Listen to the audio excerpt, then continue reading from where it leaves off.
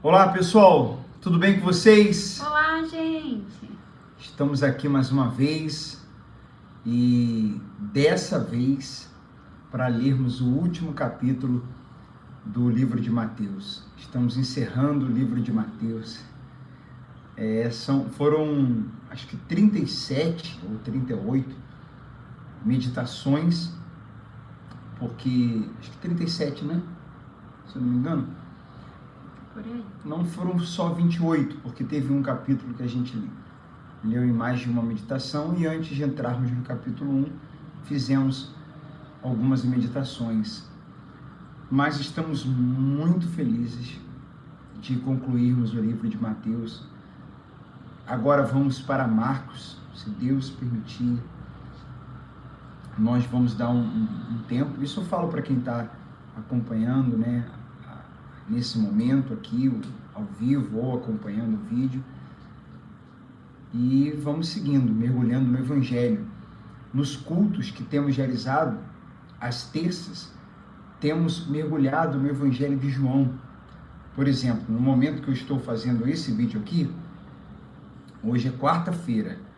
Ontem, terça-feira, foi o terceiro culto sobre o Evangelho de João, e a gente ainda não terminou o capítulo 1. Porque fizemos uma introdução no primeiro culto, no segundo lemos até o versículo 4, no primeiro fizemos uma introdução e lemos até o versículo 4, no segundo acho que fomos do 5 até o 16 ou 17, ontem fomos até o 20 e pouco, mas ainda falta um pouquinho para terminar o capítulo 1. O que isso significa?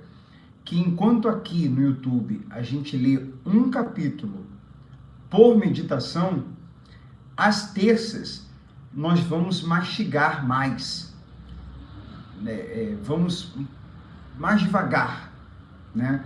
E por isso vai acontecer, como eu tenho dito, de 3 terças ou 4 terças a gente está ainda no mesmo capítulo.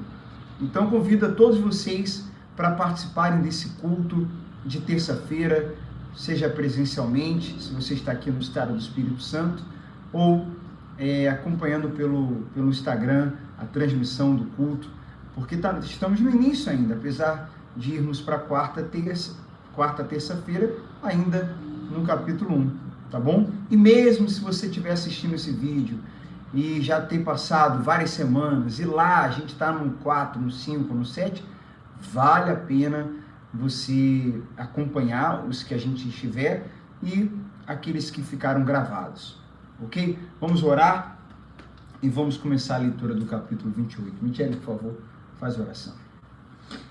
Pai querido e amado, nós te agradecemos por mais um dia meditando no teu Evangelho, no livro de Mateus. Pedimos que o Senhor venha abrir o nosso entendimento, fazer com que seja revelado aquilo que o Senhor quer falar com cada um de nós.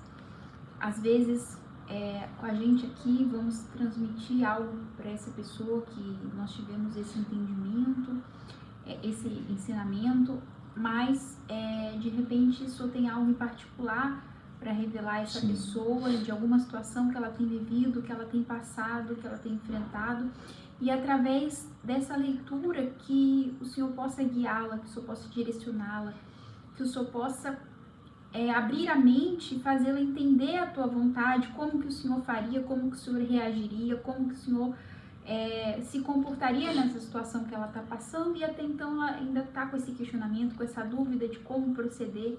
Enfim, são muitas coisas que nós podemos extrair através da mensagem do teu Evangelho. Então que o Senhor vá de encontro a cada necessidade, a cada pessoa que está aqui assistindo, Senhor, e que seja revelado para ela essa verdade, a verdade que liberta. Nós te louvamos e te agradecemos por esse último capítulo de Mateus, que de fato é libertador, Senhor. De fato, é como a nossa mente explodindo para aquilo que ainda não havíamos atentado. Aliás, sempre esteve aqui, mas quando nos voltamos com atenção, com preocupação, com humildade, essa é a condição que a gente deve se apresentar diante de ti. Humildade e sinceridade para realmente entender a tua vontade, Então, que isso aconteça, meu Pai, com essas pessoas que têm acompanhado, com essas que ainda irão acompanhar por esse YouTube afora, aonde o Senhor quer que chegue essa mensagem, pela Tua misericórdia, que o Senhor venha nos usar e usar cada uma dessas pessoas também para alcançar outras pessoas e fazerem outros discípulos, e assim o Teu Evangelho ser propagado, meu Pai, por todo o mundo. Em nome do Senhor Jesus, nós te agradecemos. Amém. Graças a Deus. Amém. É isso aí. Então vamos em frente, né? Diz assim: a ressurreição de Jesus e sua comissão. Jesus ressuscita dos mortos. Depois tem um comentário aqui nessa Bíblia de Estudo que eu quero ler sobre a ressurreição. Depois do sábado, no primeiro dia da semana, bem cedo, Maria Madalena e a outra Maria foram visitar o túmulo. De repente, houve um grande terremoto, pois um anjo do Senhor desceu do céu, rolou a pedra da entrada e sentou-se sobre ela.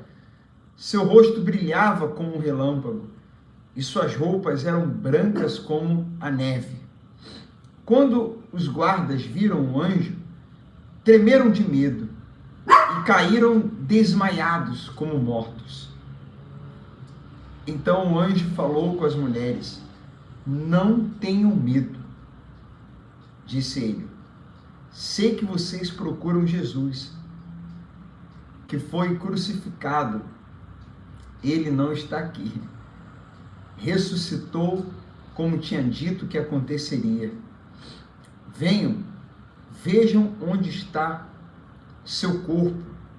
Vejam onde seu corpo estava, melhor dizendo. Versículo 7. Agora vão depressa e contem aos discípulos que ele ressuscitou e que vai adiante de vocês para a Galileia. Lá vocês o verão. Lembre-se do que eu lhes disse. Ai, meu Pai, é muito forte. Também é legal um pouquinho reforçar, Marcelo, a questão do sábado, né? Porque os judeus sempre trouxeram essa tradição, né, da lei de Moisés de guardar o sábado, porque, como a gente já explicou, nos tempos passados, eles não tinham ainda esse relacionamento com Deus que a gente passou a ter depois da vinda de Jesus, né? Eles tinham um relacionamento limitado, então foi estipulado o dia do sábado para guardar, para se lembrar do Senhor, para santificar esse dia, para adorá-lo, né? Para louvá-lo. Porém, após a vinda de Jesus, a gente, pela tradição, né, a Igreja de Cristo, ela não considerou mais somente o sábado como o dia do Senhor. A gente considera santo todos os dias, porque todos os dias a gente o adora, todos os dias a gente o louva, todos os dias a gente consagra a Ele como filhos dele, né? Como cristãos, né?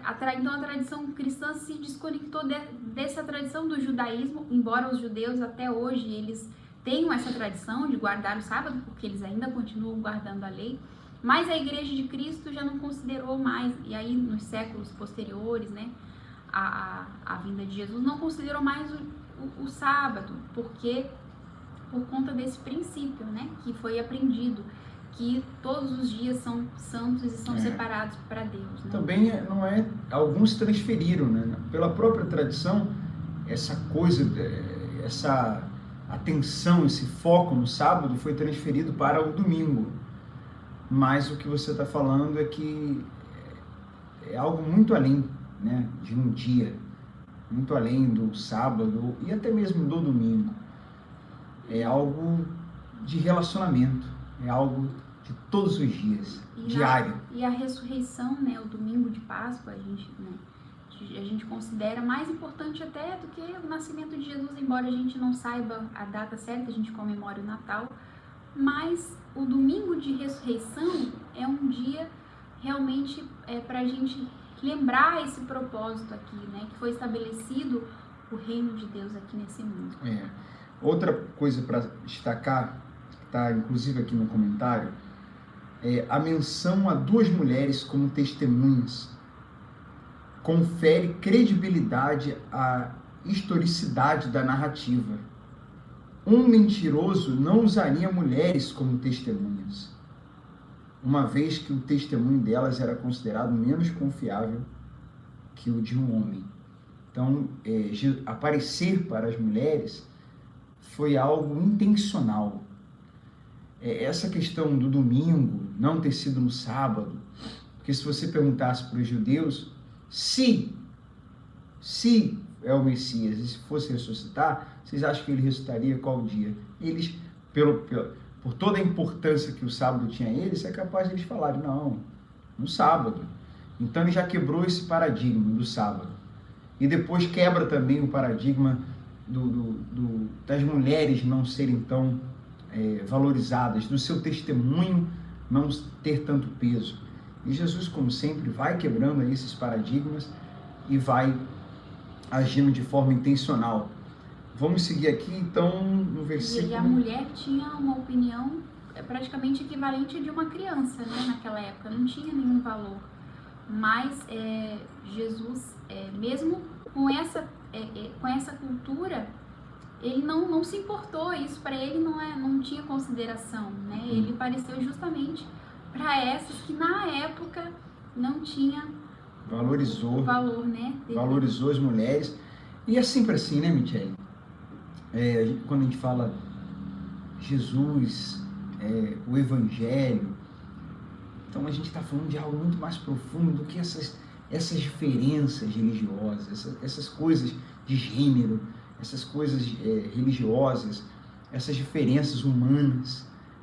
Jesus é amor, Jesus está acima disso tudo. Jesus apareceu para as mulheres, deu valor às mulheres, quebrou esse paradigma, e assim é Jesus. A gente olha para ele e nele a gente não vê religiosidade. Vamos lá então? Agora vão depressa, ele disse a ela. Aí no versículo 8, as mulheres saíram apressadas, do jeito que o anjo diz, do túmulo, e assustadas, mas cheias de alegria, e correram para transmitir aos discípulos. Não tem como, né? É compreensível o susto, é compreensível demais a alegria, claro, e é compreensível também que elas fossem correndo, né? Tudo aqui está da gente compreender, né? Uma mistura, um mix de sentimentos, né? Susto, alegria, correndo, foram lá falar para os discípulos. E elas foram as mais corajosas, né? Porque elas não deixaram ali o túmulo. Os homens estavam lá escondidos, né? Mas elas foram lá até o túmulo. Então aquilo que elas eram, né, taxadas como frágeis, né? Mas elas foram as que foram lá. Então por isso que aqui Jesus se revelou para elas. Se de repente eles também tivessem ido, ele também tinha parecido, mas elas que estavam lá, então elas tiveram esse privilégio de vê-lo ressuscitado a primeira vez, né? No caminho, Jesus as encontrou. Aqui, nesse caso, né, que você acabou de falar. No caminho, Jesus as encontrou e as cumprimentou. Elas correram para ele, abraçaram seus pés e o adoraram. Ai, gente, isso aqui é demais, né? Esse capítulo 28. Então Jesus lhe disse, não tenham medo. Vão e digam a meus irmãos que se dirijam a Galileia. Lá eles me verão. Confirmou que o anjo havia falado. O relato dos guardas. Versículo 11. Enquanto as mulheres estavam a caminho, alguns dos guardas entraram na cidade e contaram aos principais sacerdotes o que havia acontecido. Eles convocaram uma reunião com os líderes do povo e decidiram subornar os guardas com uma grande soma de dinheiro. Olha só, hein? Os soldados haviam presenciado, né, tudo isso e testemunharam para eles, olha, realmente ele ressuscitou, ele tá vivo, né? Esse suborno era um cala-boca, né? Era um cala-boca. Não falem isso. Vocês não viram nada. Toma aqui. gente vai dar essa grande quantidade de dinheiro e vocês não viram nada. Vocês são cegos e surdos e mudos. Vocês não viram e não falam nada. Para isso a gente dá. Mas aí a gente vê essa arrogância, né? Esse coração fechado. Ao invés deles ouvirem, falarem, vocês viram? Ah, que isso? Como é que foi isso? Fala mais. Coração tão fechado que eles nem se interessaram em saber. Ouvir fatos, né? Fatos. Porque ali era um anúncio jornalístico, bombástico, né? Então, assim, era tudo que eles não queriam ouvir. Era tudo que eles não queriam acreditar. E não queriam que as pessoas, o povo, soubesse disso, né? Então, para que eles prezavam mais pela reputação deles, mais do que eles propriamente defendiam e falavam, né? Do que a verdade. Eles não queriam, ainda que a verdade estivesse ali na frente deles, eles não queriam enxergar por causa da dureza do coração, por causa do coração fechado. É aquilo que a gente viu em todos os capítulos e praticamente todas as meditações a gente falou sobre isso. Você que está acompanhando sabe, você que acompanhou sabe sobre essa questão do orgulho e da humildade. Né? Esse coração fechado é que impedia-os de reconhecer Jesus como Salvador. E aqui nós paramos no versículo... Subornaram, né, com grande soma de dinheiro. Versículo 13. Instruíram os soldados. Vocês devem dizer o seguinte: os discípulos de Jesus vieram durante a noite, enquanto dormíamos, e roubaram o corpo. Olha aí. Se o governador ficar sabendo disso, nós os defenderemos, para que não se compliquem. Os guardas aceitaram o suborno e falaram conforme tinham sido instruídos. Essa versão se espalhou entre os judeus, que continuam a contá-la até hoje. Até o momento em que Mateus escreveu, né? E então, tá aí a raiz, né? Porque essa é a raiz. Essa é a raiz. Não reconheceram Jesus, né? Uma das. E a grande comissão, versículo 16. Antes de seguir aqui, deixa eu ler para vocês o comentário que há nessa Bíblia de Estudo sobre a ressurreição de Jesus. Agora, olha aqui para a gente, preste muita atenção no que você vai ouvir. Ó. As Escrituras retratam de forma unânime a ressurreição pessoal e física de Jesus dentre os mortos, pelo poder de Deus, mas há várias outras tentativas de explicá-la. Na verdade, Jesus não chegou a morrer, apenas perdeu a consciência e a recuperou depois de ter sido transferido para o túmulo, dentro do qual a temperatura era mais baixa. É a teoria do desmaio. Outra, os discípulos de Jesus roubaram o corpo e depois mentiram a respeito da ressurreição, que é o que a gente viu agora, o suborno. Outra, os discípulos tiveram alucinações e sonhos e os confundiram com uma ressurreição física. Mais uma, a ressurreição é uma experiência pessoal que ocorre no coração de quem crê, e não um acontecimento histórico. Por trás dessas sugestões encontra-se um profundo ceticismo em relação às coisas sobrenaturais, ou pelo menos em relação à possibilidade de um acontecimento miraculoso ter ocorrido. Tais proposições não levam em consideração o fato de que, para os autores do Novo Testamento e seus diversos públicos, o termo ressurreição só podia significar a reanimação literal de um corpo morto.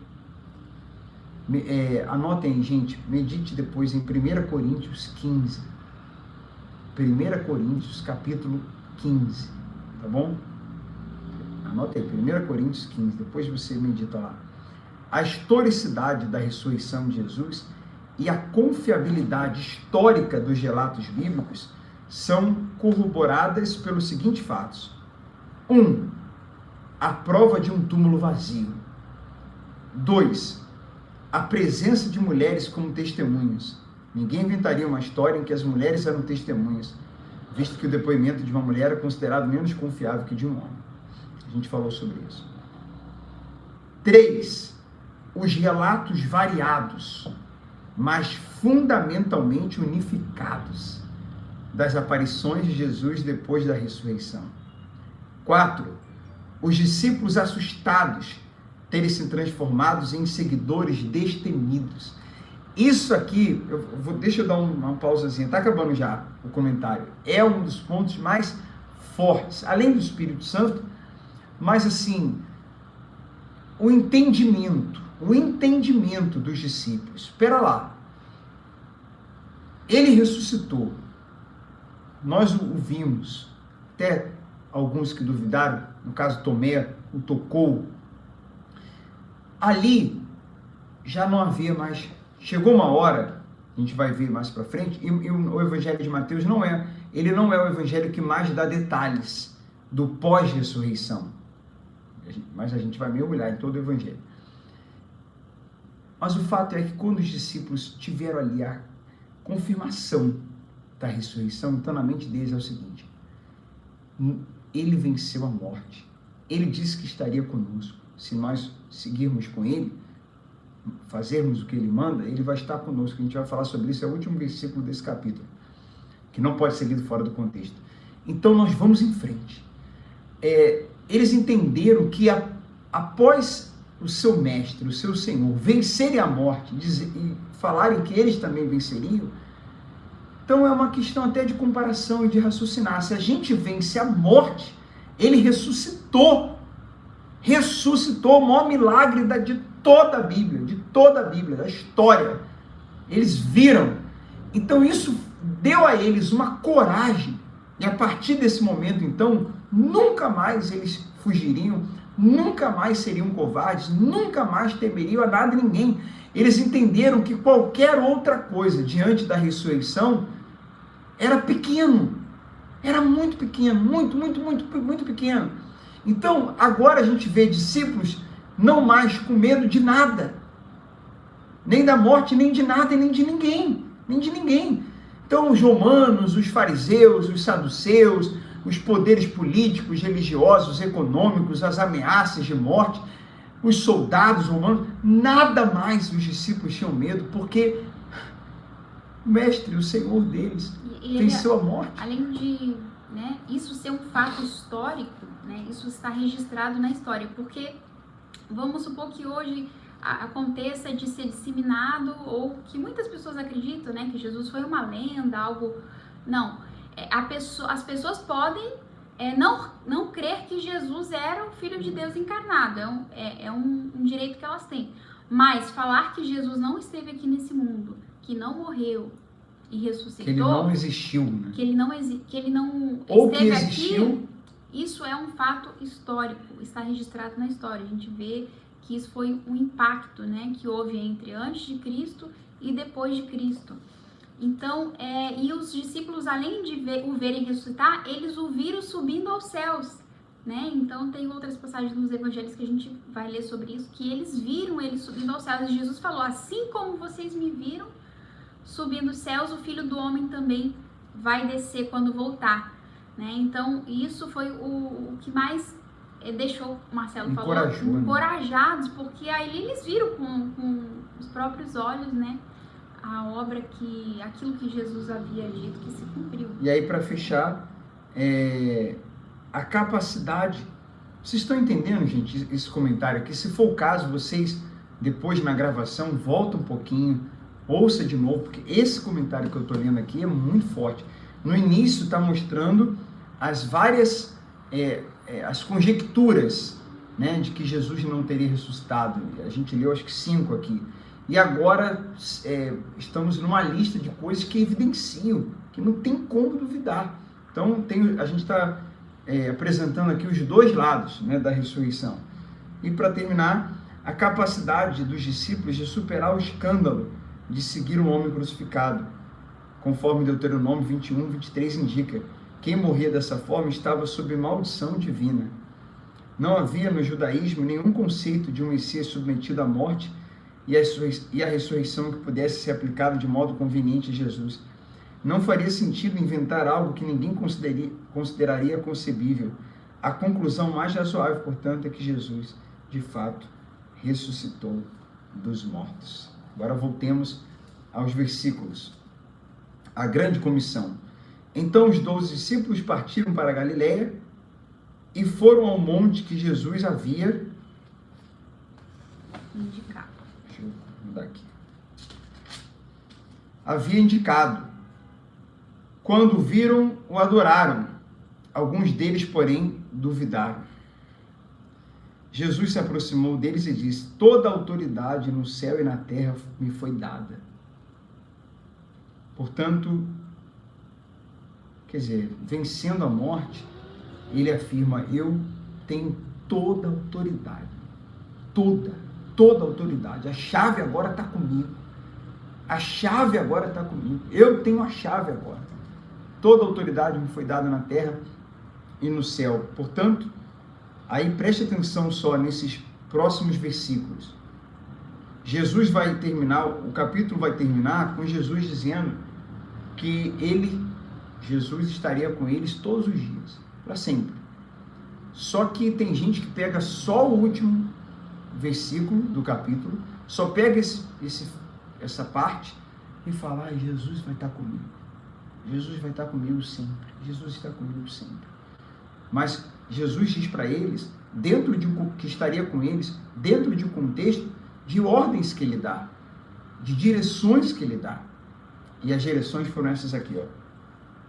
Portanto, vão e façam discípulos de todas as nações, batizando-os em nome do Pai, do Filho e do Espírito Santo. Ensinem esses novos discípulos, ele está dizendo, para eles fazerem discípulos, para eles ensinarem, né, pregar. Essa é a obra de Deus. Essa é a obra de Deus.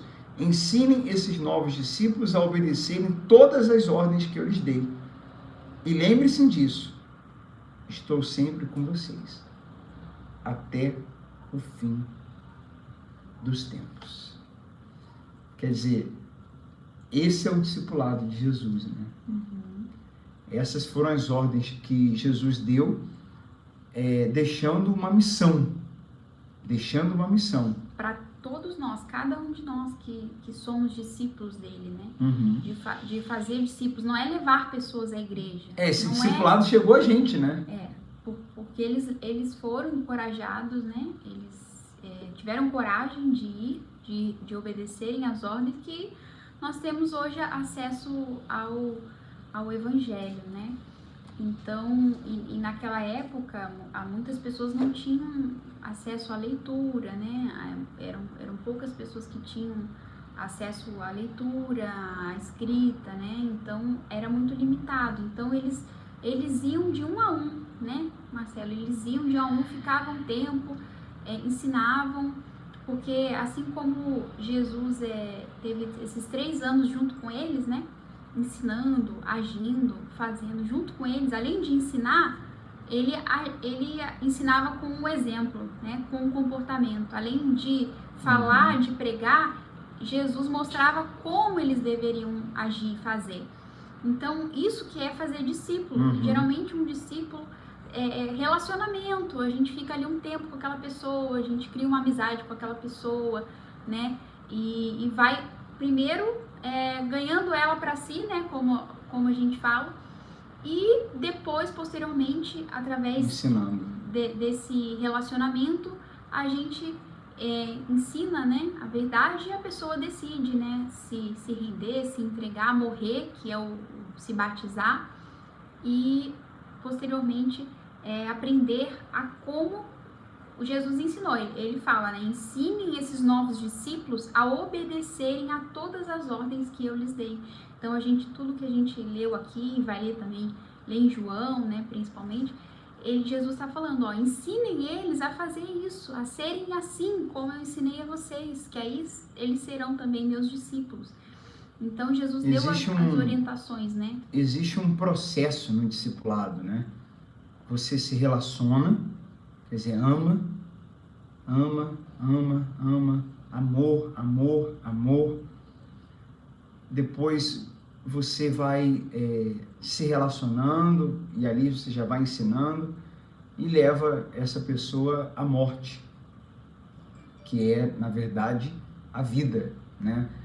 É a boa notícia de que Jesus ressuscitou. Você leva a pessoa ao entendimento que Jesus deu a vida por ela e ele ressuscitou e quer habitar nela se ela se entregar para ele. Ela precisa morrer para poder ter a vida de Deus dentro dela, para poder viver a vida de Deus, os planos de Deus e a vida eterna. E a vida eterna. Então, levar as pessoas ao entendimento de pararem de pensar nessa vida apenas. Porque essa vida, ela é muito pequena diante do que Jesus tem para oferecer. É uma vida passageira, uma vida que dura alguns anos. Para uns mais, para outros menos. É uma vida muito pequena mesmo. Então, falar de Jesus, falar do amor dele, falar da ressurreição dele. A ressurreição é a confirmação.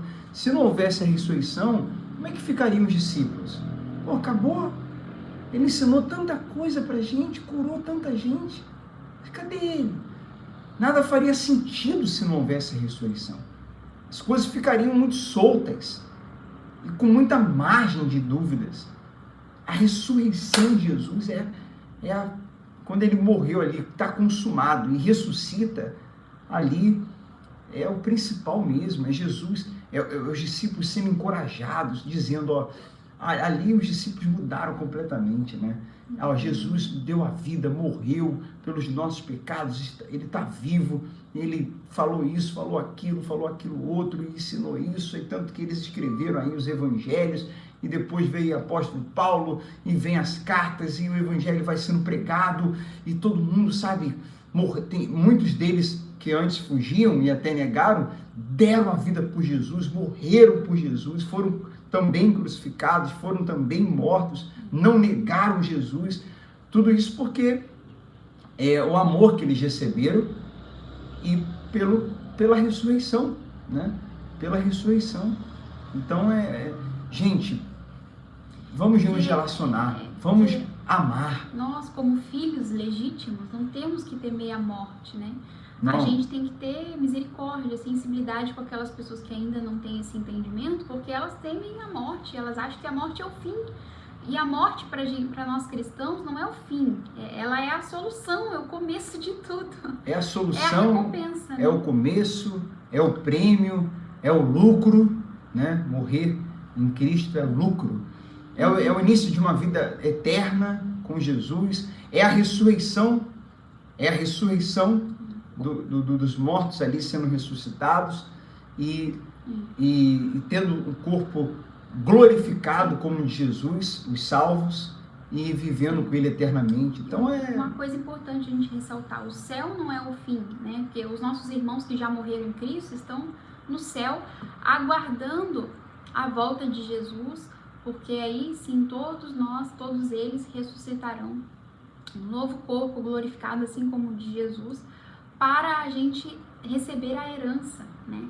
Que é após a ressurreição. Então esse é o maior prêmio, é o galardão, é a recompensa que a Bíblia está lá escrito, né? Nem olhos viram, nem ouvidos ouviram o que Deus tem preparado para aqueles que o amam, né? Então isso é para encher o nosso coração de gratidão, encher demais o nosso e o coração das pessoas que a gente for falar sobre isso, de esperança, porque se a pessoa focar nessa vida aqui, nos problemas, na doença, nas pandemias, então ela fica desesperançada, na corrupção, na maldade do homem, na falta de amor que está muito grande, cada vez maior nesse mundo, ela fica assim desesperançada. Agora, quando ela entende tudo isso que a gente está falando aqui, o Evangelho, então ela enche, o coração dela se enche de esperança, porque ela sabe que isso aqui vai passar, e se ela se entregar para Jesus e crer, ela vai viver algo infinitamente melhor, eternamente, né? E nisso a gente vê a necessidade hoje, né, de evangelizar os evangélicos, porque muitos aprenderam o evangelho que não é o verdadeiro, né? Acham que o triunfalismo, né, total é aqui nesse mundo. A vitória é né? aqui, é chegar a um determinado objetivo aqui nesse mundo. E a esperança nas coisas dessa vida. Exato. Aqui a gente vai estar sendo guardado, né? Porque enquanto não for a hora da gente partir, Deus vai nos livrar, vai nos proteger, Ele vai suprir as nossas necessidades, Ele vai fazer a gente, vai ser conosco e vai nos guiar em tudo que a gente fizer, no nosso trabalho, na nossa família, nos nossos relacionamentos. Então, com certeza, nele, nós somos mais que vencedores. Mas muitos evangélicos estão tristes, frustrados, né, angustiados, por causa que vem aquilo que prometeram, né, a grandeza de Deus que prometeram, que tem que acontecer na vida dela, que não aconteceu, sendo que isso totalmente desfocado, né? Então, por isso que Jesus, quando, em outra passagem, ele fala, para ir pregar o evangelho a toda criatura, ele falou, vão primeiro as ovelhas perdidas da casa de Israel, porque havia muitas pessoas que já tinham o conhecimento de Deus na época, só que elas estavam dispersas, elas estavam longe de Deus, por causa desses ensinamentos e práticas, né, que foi colocado para elas e que acabaram afastando elas de Deus. Então Jesus falou isso, vão primeiro as ovelhas perdidas da casa de Israel. Então a nossa preocupação hoje também, além de ir para as pessoas que ainda não conheceram Jesus, é libertar os nossos irmãos que estão cegos, né, espiritualmente, estão oprimidos, ainda estão acorrentados pela religião, que estão ali sendo escravizados pela religião. Então levar esse evangelho verdadeiro tem libertado esses que um dia também já conheceram Jesus, mas a religião ofuscou a grandeza do evangelho, que é simples e é suficiente, que é maravilhoso, que é o que a gente tem mergulhado, né? Reduziu o evangelho, né? Reduziu. A bênçãos, a conquistas, a curas, né? Que isso, na verdade, são meros acréscimos, né? Daquilo que Jesus prometeu, mas o principal é esse relacionamento, essa comunhão, essa intimidade com o Pai, que vai fazer a gente viver livre, em liberdade, em plena realização, porque ainda que a gente passe por dores aqui, aí a gente, depois que tem esse entendimento, as crises se tornam tão pequenininhas, né? A pandemia, né? Que assustou o mundo, que muita gente ficou, né? Realmente, e a gente sente a dor por essas pessoas, né? Que temem ainda, que não tem esse entendimento, temem a morte e tal, porque nós, se porventura fôssemos acometidos, né, por essa doença, se Deus permitisse, a gente tá tranquilo, tá em paz, que seja feita a tua vontade. Se o Senhor quiser me chamar agora, Senhor, amém. Se a gente descobre um problema de saúde, isso não pode nos desesperar, porque a gente tem certeza que Deus está no controle de tudo. Se for da vontade dele que nós iremos partir, a gente vai partir. Se não for, ele vai nos curar e a gente vai ficar em paz, vai ficar tranquila, né? Quantos relatos a gente ouve dos nossos irmãos, né, que foram acometidos por câncer, relatos de pessoas que tiveram até sido entubadas ali no momento da Covid e tal, e voltaram e por um ato miraculoso não tinham aos olhos dos médicos mais perspectiva, condições, né? Estavam desenganados, mas mesmo assim voltaram, porque de alguma forma Deus ainda tem um propósito com aquela vida, né? Aqui. Então, mas não significa que aqueles que partiram em Cristo perderam. Não. Muito pelo contrário. Muito pelo contrário. Muito pelo contrário. Esses lucraram, esses venceram, esses completaram a carreira, guardaram a fé e receberam a maior de todas as heranças. Gente, eu vou fazer mais uma oração, a oração de encerramento, não apenas dessa meditação, mas de toda a série, né? Hoje é o último capítulo de Mateus, e é uma oração só mesmo agradecendo mais uma vez a Deus. Espírito Santo, muito obrigado.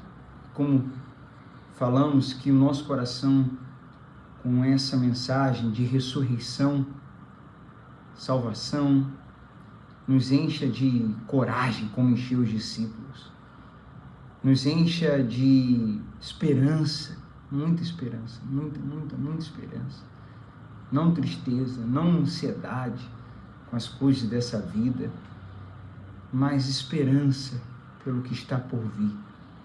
É isso que o Evangelho traz. A boa notícia nos traz forças, nos traz coragem, esperança, amor, para poder não guardar todos os ensinamentos para nós mesmos, mas compartilhá-lo, como estamos fazendo aqui, compartilhá-lo, e essa pessoa pode fazer também no dia a dia, toda vez que ela tiver oportunidade de falar do Evangelho, de falar de Jesus, ela tem até a oportunidade de falar dessa série, falar no salão de beleza, na fila do banco, na vizinhança, com a família, no WhatsApp, dizer, olha, você quer conhecer Jesus?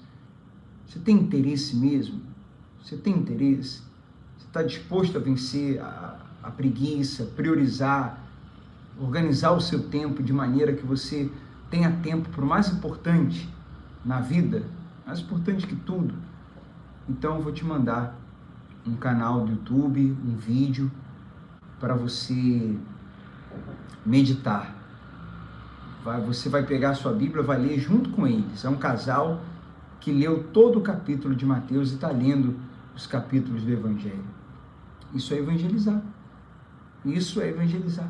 Então existem várias formas, meu Pai, que o Senhor venha nos usar. Usa cada um que está agora orando junto comigo. Usa-nos para a Tua glória, meu Deus.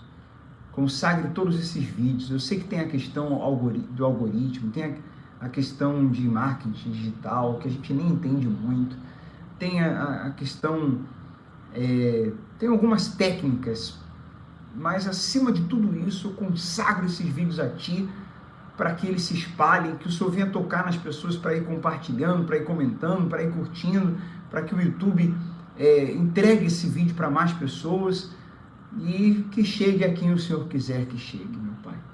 E a quem chegar, que haja mudança, que haja metanoia, que haja conversão, que haja salvação, libertação para a Tua glória. Amém. Graças a Deus. Deus abençoe vocês. Um grande abraço e vamos em frente, vamos seguindo. Até.